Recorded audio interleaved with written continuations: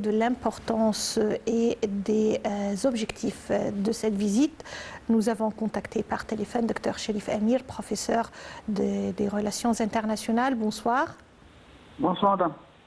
Quand on parle de cette visite, c'est vrai qu'elle vient comme deuxième étape après la première étape en Allemagne pour le président Abdel Fattah el-Sisi qui se trouve actuellement en Europe. Une première depuis 35 ans, mais également sur le plan politique et diplomatique, cette visite s'avère très importante pour les deux côtés. Pourquoi selon vous? Parce que tout simplement, le monde géopolitique actuel est en train de changer devant nos yeux. Nous vivons une partie de l'histoire contemporaine qui est exceptionnelle.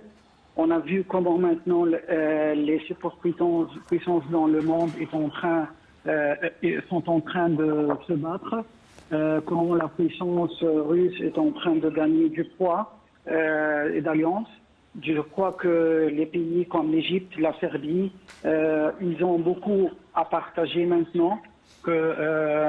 Et surtout que c'est un partenaire en Europe qui a des liens extrêmement forts avec la Russie. Je crois aussi que le président a soigné à faire la visite pour l'Allemagne et ensuite pour la Serbie, parce que tout simplement, je crois que nos amis allemands, ils ont compris à un certain moment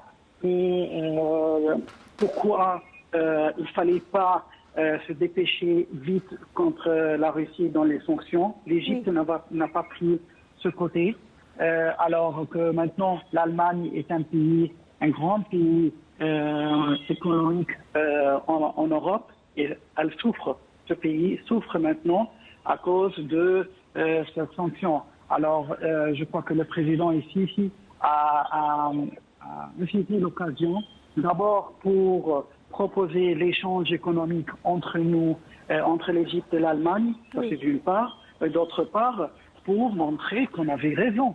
Après tout, qu'il ne fallait pas courir vite derrière les sentiments russophobes et exercer ces sanctions, parce que nous savons tous qu'il y avait des pressions sur l'Égypte pour prendre des positions, comme il y a des pressions sur l'Arabie Saoudite, des pressions sur les Émirats, et tout le monde arabe était sous pression pour prendre un camp contre l'autre.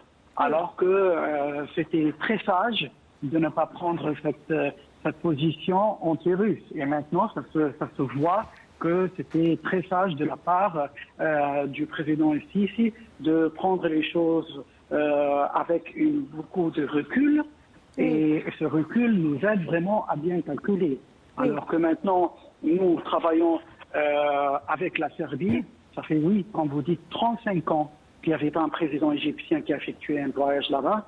Ça montre que maintenant, il y a un grand changement qui arrive sur la scène internationale.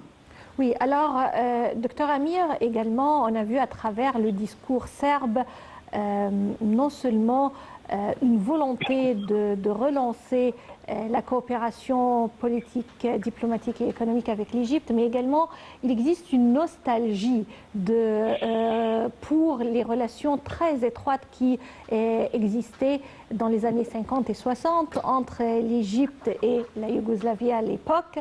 Et on a vu que les responsables serbes veulent relancer de nouveau ces relations avec vraiment peut-être des points de vue qui figurent d'un point et de l'autre convenables et semblables concernant quelques dossiers importants pour les deux côtés, parmi lesquels, par exemple, c'est l'immigration clandestine, un sujet très important qui affecte le nord et le sud et qui a été discuté au cours des pourparlers entre le président el-Sisi et son homologue. Et on a vu une volonté de relancer les relations sur les bons rails. Alors, quels seront les points ou les étapes afin de donner un nouvel élan à ces relations jadis étroites? Comme vous dites, il y avait des relations très étroites entre l'Égypte et la Yougoslavie à l'époque, surtout entre les deux leaders, Nasser et Joseph Tito. Quito. Alors c'était très important à l'époque parce que c'était les pays de non-alignement. Et là maintenant, je crois que on est sur les mêmes longueurs d'onde, les deux pays. On comprend que maintenant il y a une pression qui s'exerce sur nous, et s'exerce aussi sur nos amis serbes par rapport à nos amis et partenaires européens pour prendre un côté contre l'autre. Alors nous les deux, on essaye d'être très équilibrés dans nos décisions et on a une souveraineté mutuelle à respecter. Concernant l'immigration clandestine, c'est très critique, bien sûr. C'est une très bonne remarque que vous avez faite parce que il est clair que la Serbie ne fait pas partie de l'Union européenne. Et la Serbie est presque, si on peut l'appeler, le mouton noir au sein du brévis du vieux continent européen. Alors qu'on a réglé cette question de l'immigration clandestine avec le reste des pays, les 27 pays ou plus de l'Union européenne, mais pas avec la Serbie parce que c'était toujours en dehors du camp européen.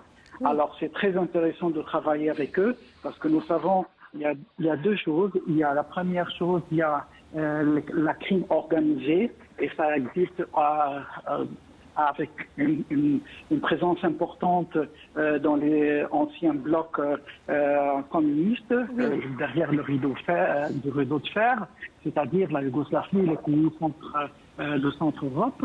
Et il y a aussi les échanges entre les systèmes de renseignement dans les deux pays qui sont très forts, qui ont une histoire très importante, que ce soit en Égypte ou que ce soit en Serbie. Alors, on a beaucoup à échanger. On a aussi la question de l'échange sur l'industrie militaire, l'expertise militaire, parce qu'on sait que dans les années jusqu'à récemment, beaucoup de l'équipement de l'armée égyptienne venait de l'Europe de l'Est. Alors, on a déjà une expérience à travailler avec le matériel de l'Europe de l'Est. Nos amis serbes, ils savent très bien que l'Égypte actuellement, elle est très souveraine dans sa prise de décision. On n'est plus comme avant dans l'orbite de Washington. Maintenant, on est souverain, on est indépendant, on a notre décision à prendre à nous-mêmes, on calcule très bien l'équation. Il y a une visite qui sera faite aussi demain pour Paris. On sait tous, les Allemands et les Français, comment ils prennent des positions. Et on a aussi la Serbie qui est très différente de sa position par rapport à l'Europe. Et pourtant, on a des relations avec tous ces pays parce qu'on est souverain et on est indépendant. C'est vrai. Docteur Cherif Amir, vous êtes professeur des relations internationales. Je vous remercie infiniment pour ces explications. Une petite pause et on enchaîne avec la suite de notre programme et cette analyse d'une importante visite, la première depuis 35 ans d'un président égyptien à Belgrade, effectuée actuellement.